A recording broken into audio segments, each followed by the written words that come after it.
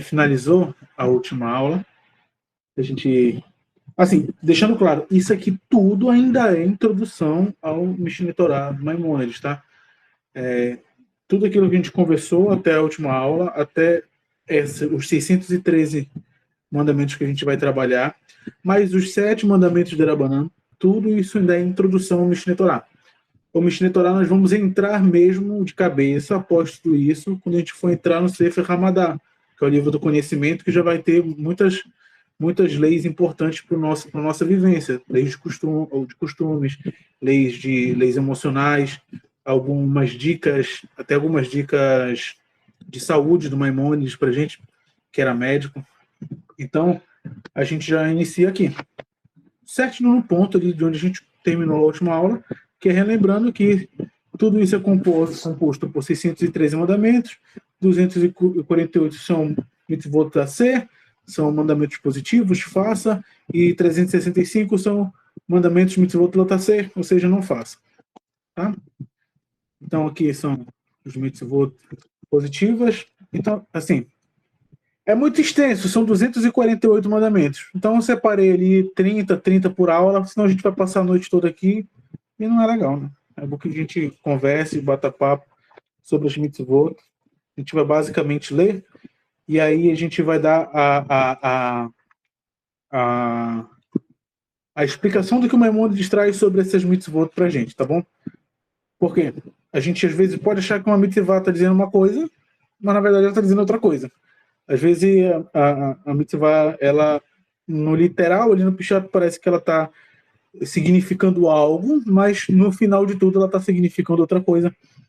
E o Maimônides ele traz isso para a gente com muita maestria, como sempre, né? Diferente do Sefer HaMitzvot, que ele separou ali por grupos de alahot, por exemplo, a gente está durante agora sobre algumas alahot sobre a purificação dos Kohanim. É diferente, tá? Então aqui ele segue uma outra linha, ele segue uma outra pegada, uma fonte editorial, mas a gente pode dizer assim, ele vai por um outro caminho de forma muito mais simples, muito mais concisa, diferente do Sefer HaMitzvot, tá? Então assim inicia essa parte da introdução do Mishneh Torah, que é a lista das mitzvot, e a gente vai tratar agora só sobre mitzvah a ser, mitzvot a ser, que são os mandamentos positivos, ou seja, os preceitos positivos, que faça. Não importa, faça. E o primeiro preceito positivo é saber que existe Deus. Perfeito? Os meninos que já passaram hoje pela entrevista para Brit Milá, eles perceberam que a gente bate muito nessa situação. A gente bate muito nessa pegada do existe Deus. O que é Deus? Inclusive é baseado no Mishneh Torah, baseado em Shulchan Aruch, baseado no Sefer HaMitzvot, porque a gente trabalha as perguntas lá. Justamente para que a pessoa saiba onde ela está entrando, quando está fazendo uma entrevista ou participar de uma igreja, participar de algo diferente, não. Tá? É algo para que ela entenda a mitzvah que ela vai cumprir ali. Então, esse é o primeiro mandamento. Esse é o preceito positivo. O primeiro preceito positivo é esse. É saber que existe Deus, conforme está escrito lá em Shemot 22, lá em Devarim 5:6. Eu sou Hashem, teu Deus. Esse é o primeiro mandamento. Primeiro preceito positivo. O segundo preceito positivo linka justamente ao outro, ao primeiro, que é crer na unicidade de Deus, conforme está escrito, Shema Israel, ouve Israel. Deus é nosso Senhor, Deus é um. Devarim 6:4. O terceiro preceito positivo é amá-lo, conforme está escrito, e amarás Deus, o teu Senhor. Positivo? Tá todo mundo entendendo? Sem muita enrolação. O quarto mandamento positivo, quarto preceito positivo é temê-lo, conforme está escrito. Tema a Deus, o teu Senhor. Então vamos lá. Se você não acredita, Haz Shalom, que existe Deus, você já descumpriu outros 4 preceitos positivos. Estava numa aula essa semana e foi falado que a recompensa de uma mitzvah é outra mitzvah. A recompensa de uma haverá é outra haverá. Ou seja, a recompensa de um pecado é um outro pecado. Então, aqui você fez uma mitzvah, a primeira mitzvah, primeiro preceito positivo, crer que existe um Deus. a partir daí você já conseguiu cumprir, você já tem tendência a cumprir os outros 3. Mas se você descumpre o primeiro, você já com certeza descumpriu os 3 seguintes. O quinto preceito positivo é rezar para ele. Avodata Hashem. Rezar para ele, conforme está escrito, servireis a Hashem, o vosso Senhor. É Derabananam, Doraita, Shemot 23, 25. Esse serviço é a oração, é a tefilá. O sexto preceito positivo, apegar-se a ele, conforme está escrito. Apegar-se a ele, conforme está escrito. E a ele apegar-te-ás. Devarim 10, 20. É engraçado quando a gente conversa com um cristão, somente de igrejas evangélicas, eles dizem, porque é muito difícil, é difícil entender, são muitos mandamentos. Mas, cara, se você reza, se você acredita que existe um Deus, se você o ama, se você o teme, você já conseguiu ali cumprir já 7. Já conseguiu cumprir 6 desses preceitos positivos. Tá? O sétimo preceito positivo é jurar em seu nome, conforme está escrito, e pelo seu nome deverás jurar. O oitavo é assemelhar-se a seus caminhos bons e corretos, conforme está escrito, e caminhareis nos seus caminhos. Que totalmente ligado a Allahá, tá? Esses são os caminhos que foi dado por Hashem, esses são os bons caminhos de Hashem. O nono preceito positivo é santificar o seu nome, conforme está escrito, e eu serei santificado entre os filhos de Israel. Está lá em Vaikra 22, 32. O décimo preceito positivo é, olha só, chegamos no tefilá. Ler o Shema diariamente, 2 vezes, conforme está escrito, e tu deverás falar delas ao te sentares em tua casa e ao andares no caminho, e ao sentar-te e ao levantar-te. Isso aqui é interessante. Vou pegar um livro aqui para ler uma parte para vocês, que eu estava lendo hoje, rapidinho. Alguém tem alguma dúvida até aqui? Pode falar por aqui.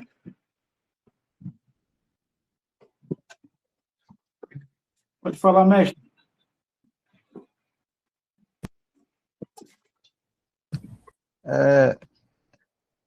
Às vezes, as pessoas podem ficar sem tempo de rezar, né?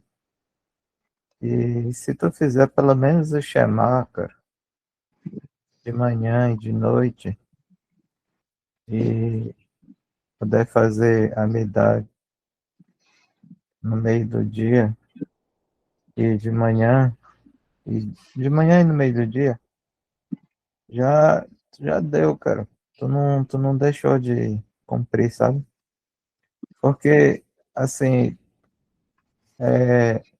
existe o pensamento rabínico, né, que vem desde dos fariseus para cá, mas antigamente não tinha Torá para todo mundo, pô. Não tinha livro para todo mundo, não existia. Sidur foi uma coisa pré-medieval, que depois que destruíram os templos, que os sábios fizeram uma forma cabalística de tu servir a Deus de forma correta, né? Numa sequência, né? Por isso que é Sidur. Aí a pessoa, antigamente, o que é que o judeu fazia? Ele tinha que fazer o Shema, olhar para a direção de Israel, fazer Shema de manhã e de noite, cara.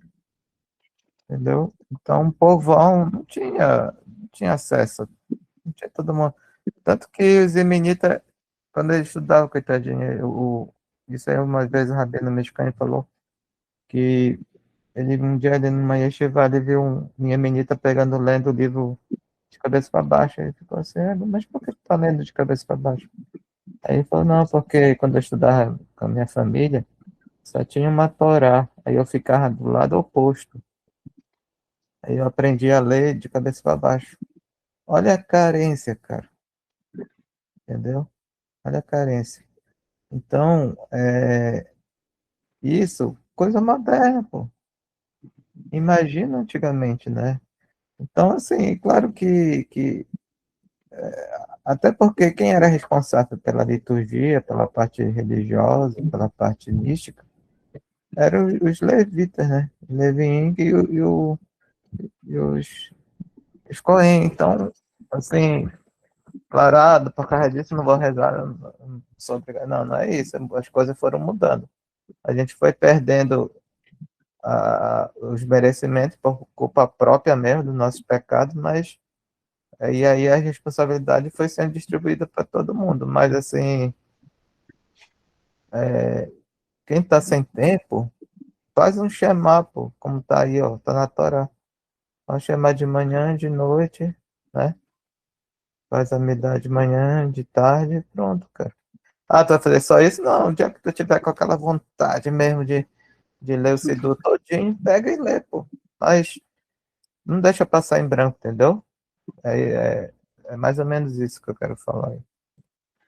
E aí, já pegando bem o gancho do que o mestre trouxe aí, eu peguei aqui para vocês o Alá Haberurá, tá?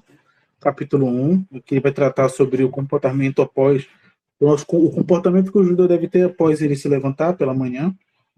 A partir do verso 11, o Alá Haberurá traz o seguinte: após acordar, deve-se rezar e suplicar perante Hashem, abençoado seja.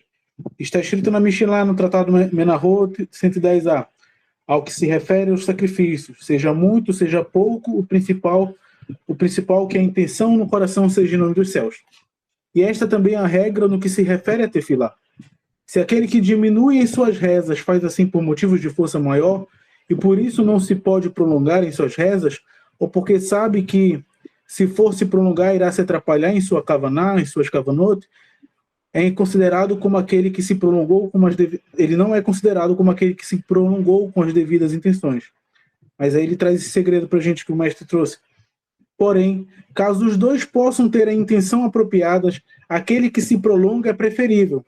Se um deles se prolonga em suas súplicas e não faz com kavaná, o segundo encurta suas súplicas, mas faz com kavaná, o que diminui é preferível, pois melhor um pouco com kavaná do que muito sem.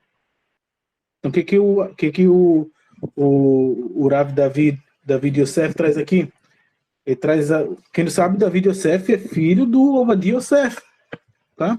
Então, o Alá Haberurá, esse compêndio, ele traz essa importância também para a gente, porque ele traz uma coisa muito próxima à nossa, tá? Então, ele traz exatamente isso. Se você sabe que se você precisa acordar muito cedo, antes da alvorada, se preparar para fazer as suas rezas, mas você sabe que se você acordar muito cedo, você não vai conseguir cumprir as suas rezas com Kavaná, é preferível que você faça curto, que você faça pouco. E isso que o IRA trouxe para a gente, o mestre trouxe foi isso. Às vezes a gente está começando, tá se habituando, mas aí a gente não consegue fazer nada, não consegue fazer o shaharit. Então acorde e faça o Shema completo, de manhã e à noite, com toda a Kavaná, com a melhor intenção, com a intenção totalmente virada para os céus. Pode falar aí. Boa noite, meu rei. Boa noite a todos.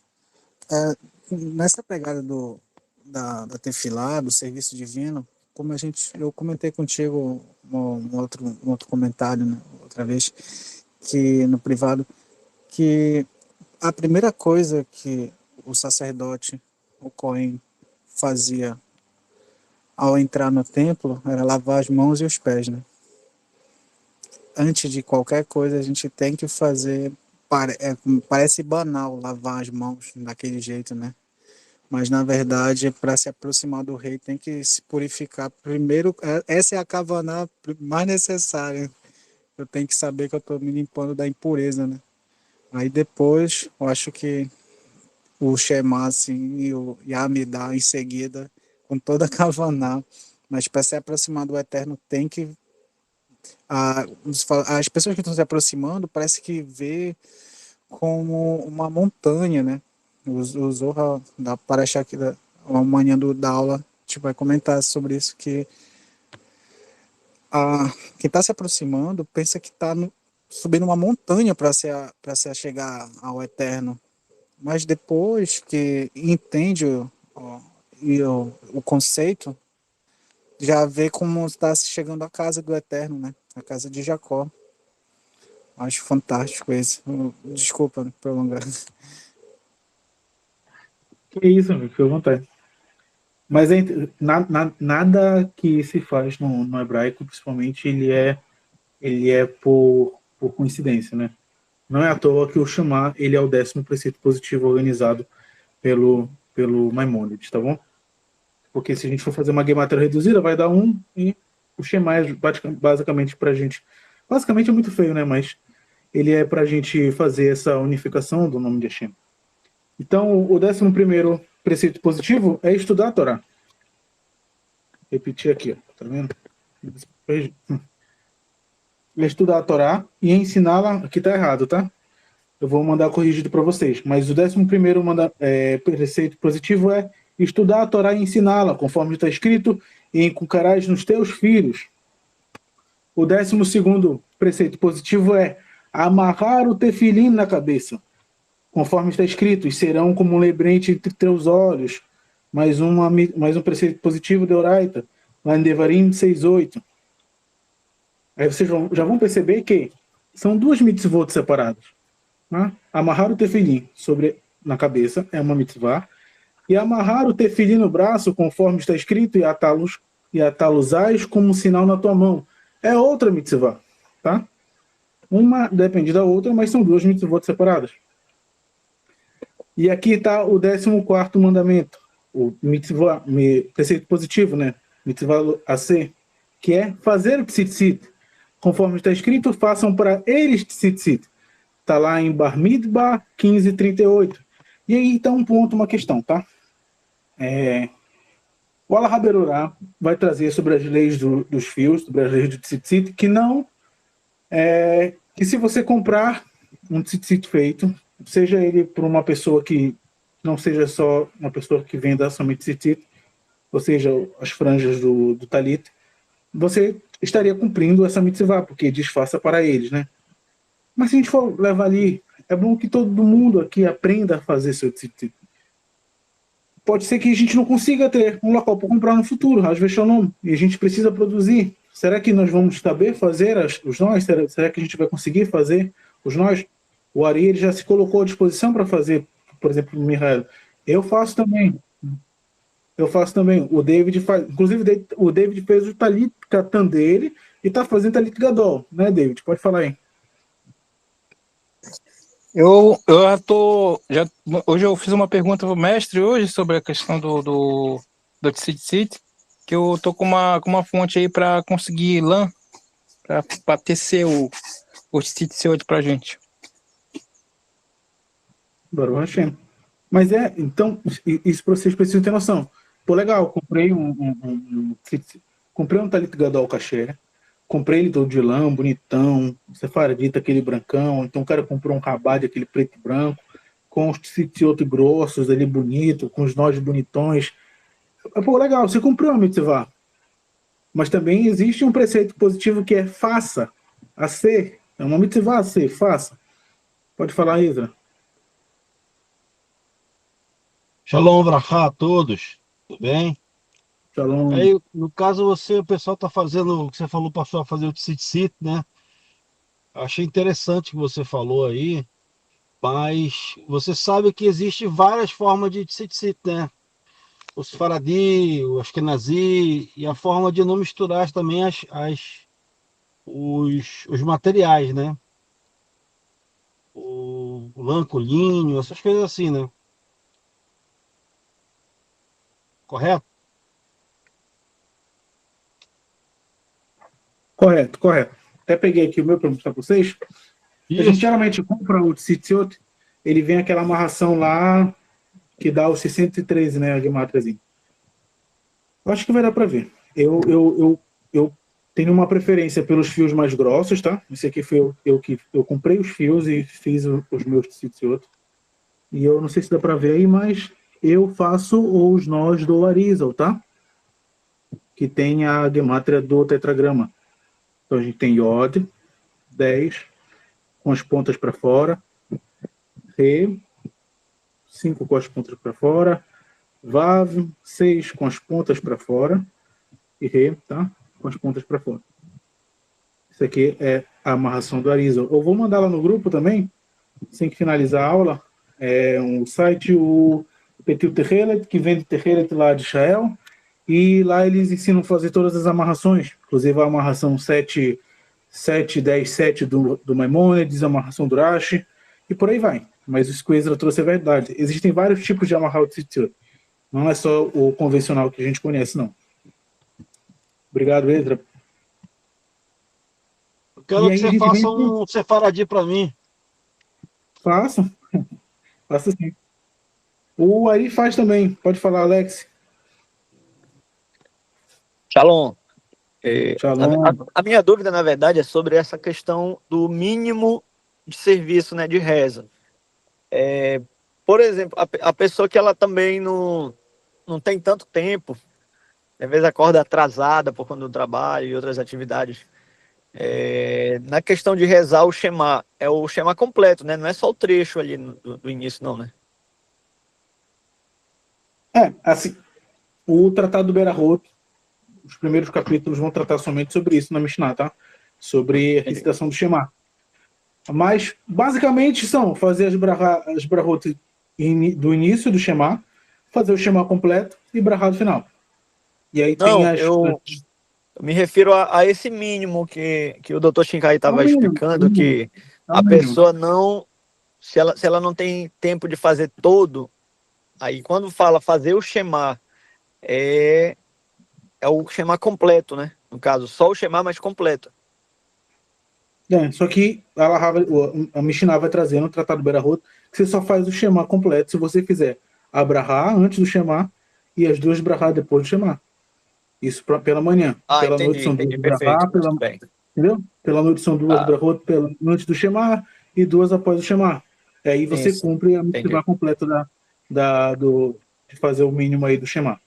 E já entra direto na Amidá, né? Mas aí ele está dizendo assim, naquele caso que não consegue nem fazer a Amidá pela manhã. Tá? Porque se a gente fosse trazer o mínimo do mínimo do mínimo mesmo, teria que fazer Shema, teria que fazer pelo menos as bênçãos da manhã, o Shema, fazer o Ashirei 2 vezes e fazer a Amidá. Pode fazer a Ashirei antes da Amidá, depois faz a Amidá, depois faz o Ashirei após a Amidá, aí finaliza com a Lena. Mas não deu para fazer nada, faz só o Shema, já cumpre esse preceito positivo aí. No caso aí, o Mateus, no Pode caso, falar. seria o Shema, assim, o mínimo do mínimo seria o Shema com as Verhavta, Verhayá e Bnei Israel. Só isso, já cumpriu a mitzvah, entendeu? É o mínimo. Entendeu? O mínimo, Positivo, mínimo do mínimo. É isso mesmo. Aí à noite você faria Mariv, depois faria Verhavatá, aí fazer Shema, depois o Ezra. É isso mesmo. Mas a ideia não é a Amidá, o sacrifício, né? O Korban. É outra mitzvah. A gente está falando sobre o mínimo, tá? Isso aí a gente cairia na mitzvah e servirás a Deus lá, o preceito positivo de servir a Deus através do tefilot, tá? Então o mínimo ali, alargamente, a mitzvah de fazer chamar pela manhã e pela noite, o mínimo é esse, tá? Não existe, vou aumentar, a gente acabou de ler no Lahabelurá, posso fazer o completo, faça completo com kavaná. Se você se perder durante o completo, tirar sua kavaná, tirar sua intenção do que você está fazendo aí, de fazer aqui do chat, de fazer santificação e fazer o serviço de Hashem, você vai estar cumprindo menos, você vai ter menos méritos do que o cara que fez só o Shema bem feito. Fez o Shema com uma kavaná correta. Entendeu? O 15º preceito positivo é fixar mezuzá. Pode falar, mestre.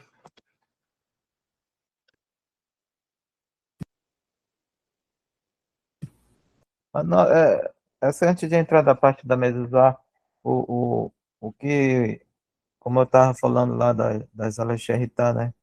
A gente não pode, a gente usa o Talmud como referência, mas as coisas vão evoluindo, né? Por exemplo, a saquinho, a halaf hoje é aço inox, que é aceito pelos sábios, né? De cada geração. Então, os sábios de hoje, eles permitem os fios de tzitzit, pode ser até sintético, não tem problema. Por exemplo, vou fazer de acrilã, mas o fio tem que ser acrilã também. Eu vou fazer meu talit de algodão, mas o fio tem que ser algodão também. caso não consiga material. Aí tem aquela questão que não pode misturar, como o Ezra falou, né? Linho com lã, essas coisas não pode. Aí, então, se tu for fazer um talite de algodão, o fio tem que ser algodão. Se for fazer um talite acrilão, sintético, nylon, tem que ser o fio de nylon também. Evitar misturar, entendeu? Principalmente a mistura proibida, que é linho com lã, só isso mesmo. Então, quer dizer, a Torá evolui, a gente tem que estar por dentro do passado, mas também saber o que os sábios de hoje falam, né? O que é permitido. Para a gente não ficar limitando para que as pessoas, para que todo mundo possa cumprir, entendeu? O cara às vezes não tem grana de comprar em dólar aqueles fiozinhos que vem lá de Israel, mas ele quer cumprir, pô. Então ele pode pegar um talit katan, ele pode pegar uma camisa, ele corta ela do lado, tá? Ele compra uma camisa Hering, corta do lado, porque ela não pode ser fechada, que é nos quatro cantos. Quatro cantos não existe roupa fechada em quatro cantos. E ele amarra, já que a camisa da Hering é algodão, ele amarra esse outro de algodão também, pô. Entendeu?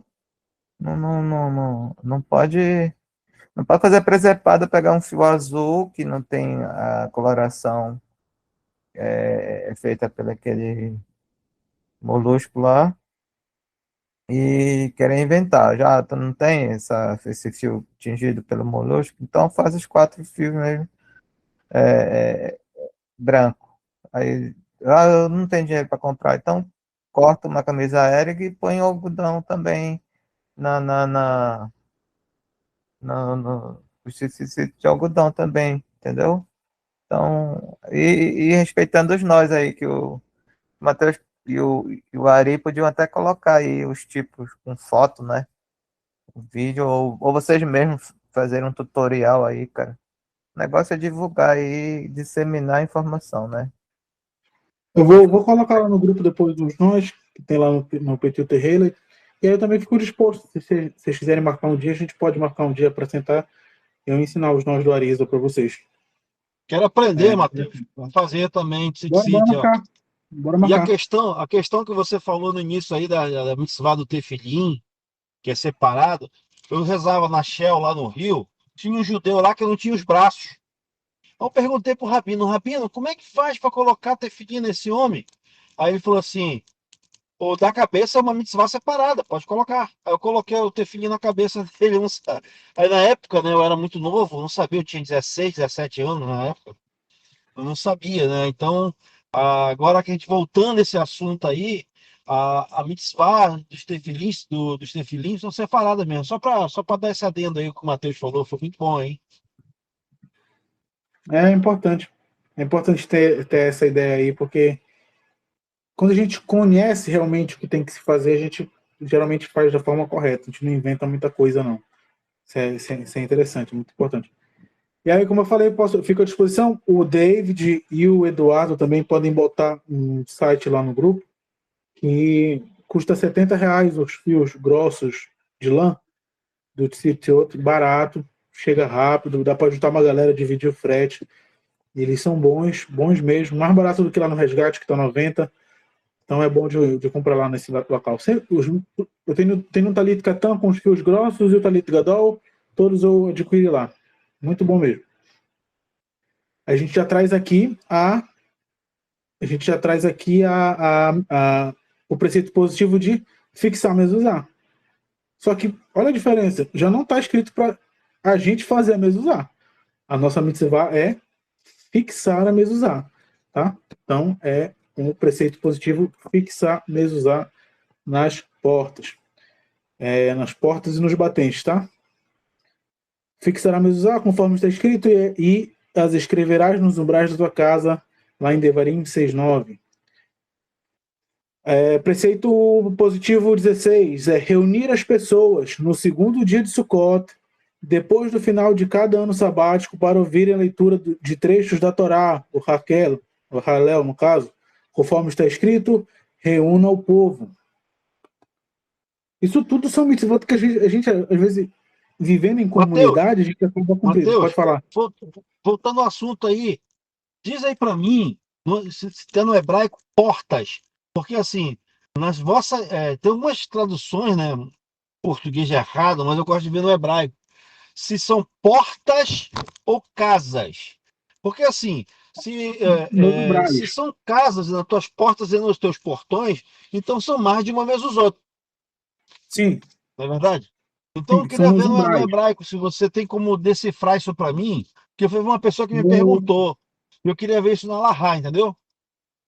no Sidur, a gente fala, durante o Shema, a gente fala sobre fixar a mezuzá duas vezes, né? Uma como se fosse você fazendo, e colocarás, e depois e colocarão. Em um ele cita fazer nos umbrais, nos umbrais, nos batentes, e na outra ele fala nos seus portões, né? Aqui no texto de Devarim está sobre os batentes da sua casa, sobre os umbrais da tua casa. Então é no plural, é mais de uma mezuzá, tá? Não é só na porta da entrada. Só não se bota mezuzá na Ótimo. É porta do isso. banheiro. Tá. Agora no hebraico tá escrito o quê no hebraico? Você tem como ver para mim? Aqui em Devarim 6:9 está lo que vê licol, aqui, ó, licol va, ele tá umbrais. Aqui tá, nossa. É que eu não estou conseguindo ler, que eu estou dirigindo, mas. Mas eu vou Então mandar lá tudo no bem. grupo separadinho, mas tá umbrais. Ele é Não, citado em dois momentos. essa era a dúvida da pessoa e eu queria ver no hebraico mesmo. Tá umbrais, né? Então, Mas umbrais eu quer dizer, mando, são mais de uma, Devarim são mais de 6:9 um, tá né? umbrais, nos umbrais da tua casa. Beleza, beleza, Tá beleza. certinho lá Prosseguimos. assim. Beleza. Beleza. Então a gente tem que reunir o povo no ano seguinte, após o ano sabático, para escutar o Halel, os trechos da Torá, conforme está escrito, e reúne o povo. O 17º preceito positivo é esse aqui: que cada homem escreva o seu próprio rolo da Torá, conforme está escrito, e agora escrevei para vós este cântico. Como nós podemos fazer isso? Alguém tem uma ideia? Ria pode trazer isso para a gente, o Ezra, que já passaram mais tempo.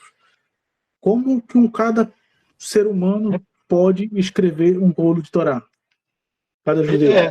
Repete para mim que falhou aqui, Matheus. Como é que é? Só entendi que você perguntou o que é. Que cada homem escreva o seu próprio rolo da Torá, conforme está escrito, e agora escrevei para vós este canto. Pode falar, mestre Ria. O que é feito hoje, né? Hoje, claro que ninguém vai ser um sofê de qualidade. Então, o que é feito? Cada rolo de Torá que cada comunidade, digamos assim, financia para pagar um sofê que vai escrever, as últimas páginas fica destinado para os homens daquela comunidade escrever, entendeu? Aí é uma maneira de cumprir. E é caro, viu? De forma moderna. Escreve uma letra das últimas parashut, entendeu? Escreve uma letra para finalizar o sefer. Isso. É uma maneira de cumprir, entendeu? O que eles acharam hoje para os sábios da geração de hoje. Para que o cara não fique a vida toda escrevendo um livro. Então foi decidido pela geração atual que você escreva já no finalzinho de uma Torá que a gente, por exemplo, vamos encomendar uma Torá. A gente se reúne para pagar e tal. Aí o software vai estar lá, né, junto. Aí a gente escreve a letrinha lá. Se tiver errado, ele pega e corrige.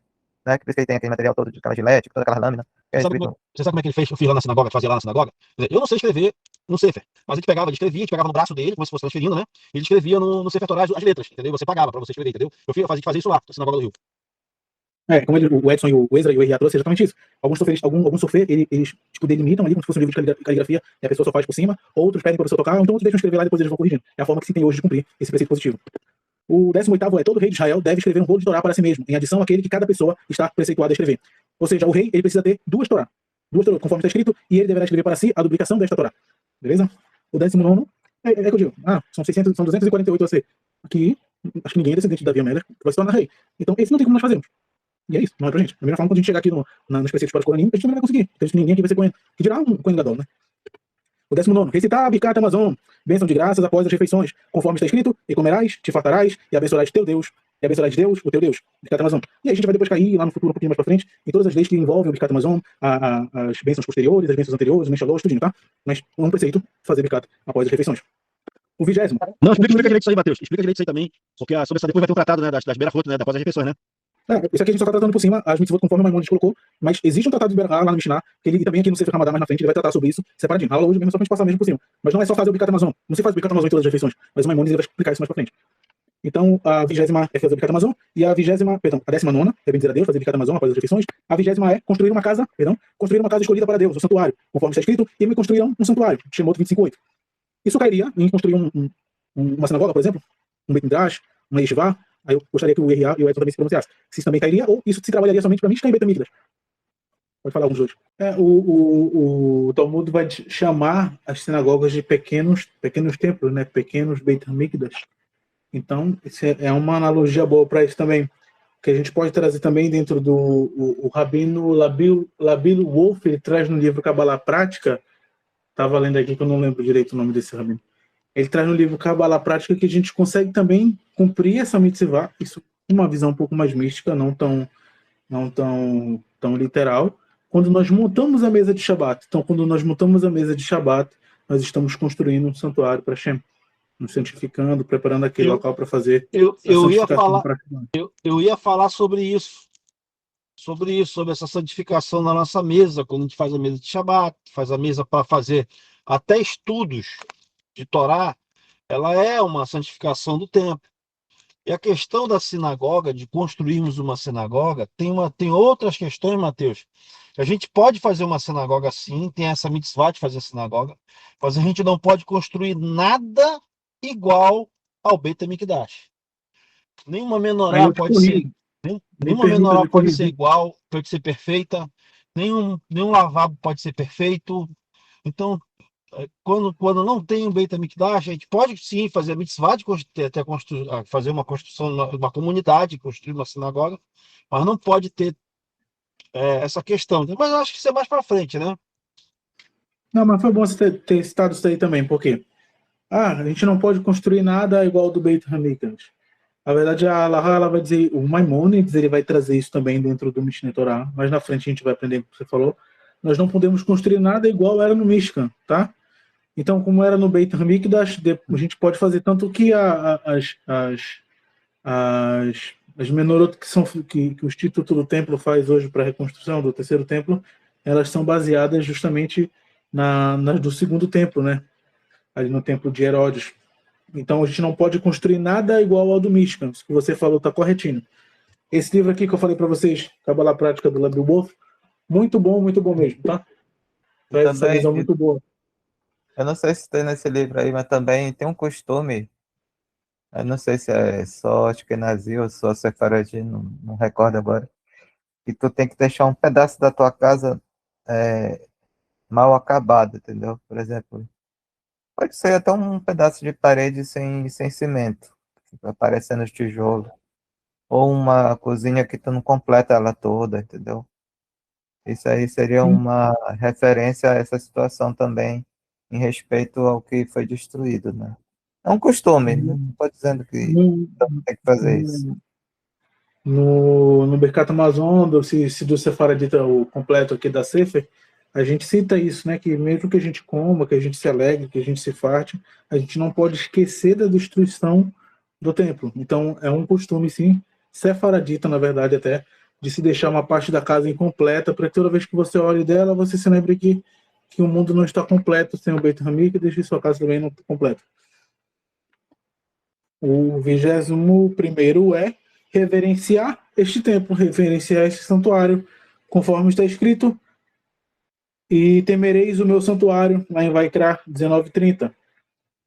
O 22º é velar o santuário sempre, ou seja, olhar pelo santuário sempre, conforme está escrito, mas tu e teus filhos contigo diante do santuário. Bar-Midbar 18:2. O 23º é que os levitas, os levim, realizem determinados serviços no santuário, conforme está escrito, e os levim servirão. Aí volta naquela questão que eu falei. É uma mitzvah a ser, faça, mas nós não podemos fazer porque nós não somos levitas. Mas ela é uma mitzvah a ser. 24ª mitzvah a ser, que o Cohen, o sacerdote, lave as mãos e os pés quando estiver quando tiver que prestar serviço no templo, conforme está escrito, e Aharon e seus filhos lavarão, etc, etc, etc. Lá em Posso Shemot fazer 30, 19, 20. posso fazer um adendo aí, Matheus? À vontade. O que acontece? A única coisa hoje, tá? A única coisa hoje que os Levim faz hoje na sinagoga, que hoje que vocês sabem, existe 3 categorias, né? Que é os Kohanim, os Levim e Israel. Né? Os Kohanim sobem primeiro no Sefer Torá, os depois Levi, tá? E depois Israel, as 3 primeiras parashot, as 3 primeiras passuk das parashot. A única coisa hoje que os Levim faz, tá? São lavar as mãos do Cohen para ele fazer a Berachá Aronim. Então isso aí é feito nas sinagogas até hoje, tá? Quando se tem um Cohen e um Levi na sinagoga, o Levi ele lava a mão do Cohen. Não sei se hoje não se lava os pés, mas ele tira o sapato em lembrança de se lavar os pés do Cohen na sinagoga para abençoar o povo, tá bom? É só para dar um adendo aí nessa tua passagem aí, tá bom? Baruch Hashem. É isso mesmo. O 25º é que os Coanim, os sacerdotes, preparem as velas da menorá no santuário, conforme está escrito, Aharon e seus filhos a prepararão. Está suspenso, porque o Beit HaMikdash foi destruído, mas com a reconstrução logo do Beit HaMikdash, a gente vai ter os Cohen fazendo isso novamente. 26ª mitzvah positiva é que os Coanim, os sacerdotes, abençoem o povo judeu, conforme está escrito, assim abençoareis os filhos de Israel. E aí eu acho que o R.A. e o Edson, que tem mais vivência sinagogal, pode trazer isso para a gente, que durante a repetição da Midá, os Cohen, se existir um Cohen na sinagoga no momento da repetição, ele vai ao local para fazer a bênção, o Birkat Kohanim, né? Isso. Então, o que acontece? Essa parte que eu estou falando para você, quando você tem um Cohen na sinagoga, se faz dessa forma aí. O Levi vai, lava a mão dele, tá? Prepara ele, assim, um modo de preparar, como se fosse no templo, Beit HaMikdash. Vai lá, lava a mão e tal. Ele tira o sapato em respeito, como se lavasse os pés, tem que tirar o sapato. Ele faz a Birkat Kohanim, tá? Dessa forma, dentro da sinagoga, na Hazará da Midá, tá bom? E é feito só de dia. Ok? Positivo, é isso mesmo. É isso mesmo. Então, quando se tem Cohen na sinagoga, se tem Cohen no local, essa mitzvah C, ela ainda é cumprida. Diferente dessa, que só pode ser feita no Beit HaMikdash. Colocar pães da preposição, o lechem, rapanim e o olíbano diante de Deus, no templo, todo Shabat, conforme está escrito, e colocarás os pães da preposição sobre a mesa, em Shemot 25:30. Tá bom? Então vocês viram que passamos sobre três mitzvah C, uma para os levitas, 2 para os Cohen, uma ainda se cumpre, mesmo sem Beit HaMikdash, outras 2 não se cumprem, sem o Beit HaMikdash. Mateus, Pode falar. tem aí essa mitzvah que o Cohen não pode pegar em morto nem entrar em cemitério? Porque esse preceito é feito até hoje, tá? Sim, sim. Não pode pegar em morto, não pode entrar em cemitério. Sim. Isso é mais para frente. A gente está fazendo só as AC, aí mais para frente a gente vai tratar das tá fazendo as AC, né?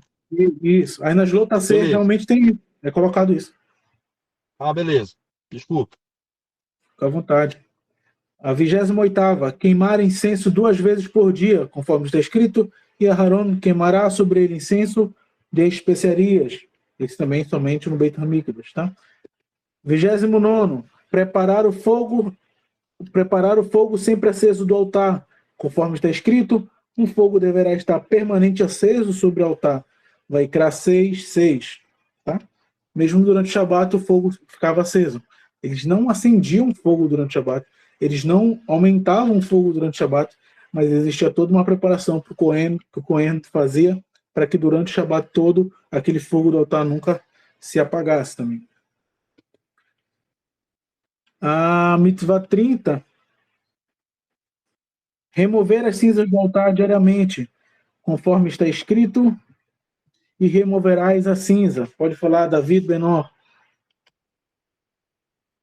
Inclusive tem um tratado todinho, né? O Tratado do Shabat, ele vem tratando sobre essa questão da alimentação do fogo no Shabat e todas essas coisas aí, para justamente não cair nessa dúvida de que o Kohen poderia fazer alguma coisa de transgredir o Shabat que nunca ocorreu, né?